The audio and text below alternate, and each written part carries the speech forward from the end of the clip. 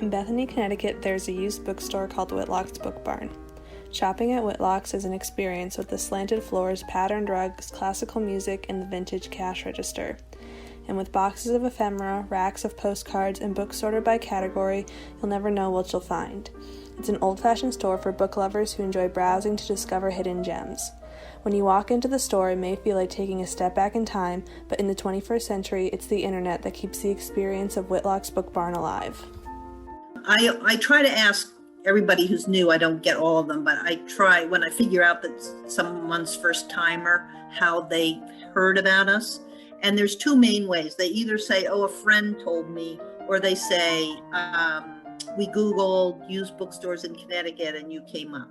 It's not unusual for someone to call me and be looking at the website and saying, I see on your website that you buy books. I see on your website that you are selling this or that. So it's definitely an important part of our online experience. The online age is a new chapter in the life of Whitlock's Book Barn. The business started back in 1948 when Gilbert Whitlock began selling books by mail from his family's farm.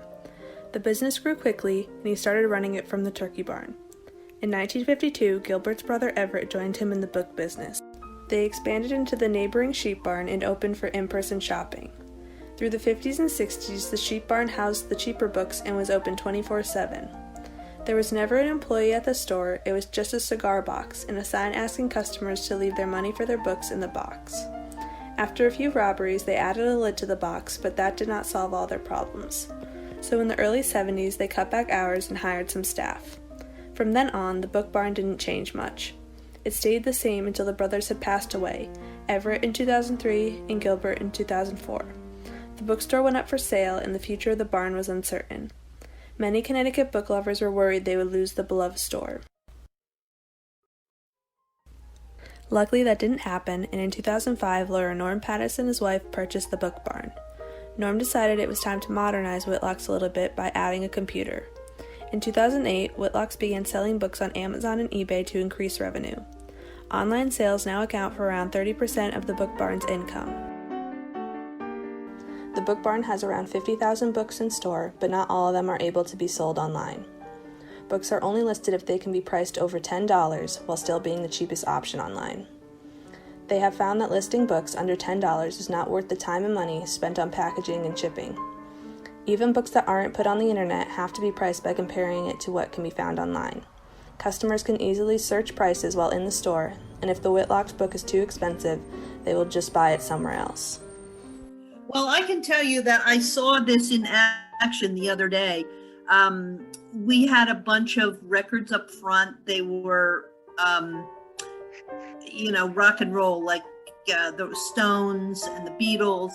And I had maybe, because they were more expensive than usual, we usually have them in that crates for $2 and $3, but these were like $8 to $12. So I put them in a box on the front, and I watched this guy walk in, and he had his phone in his one hand, and then he's flipping through the records on the other, clearly checking what they are online compared to what we have them priced at. So, I mean, that happens every day. That's not an unusual occurrence.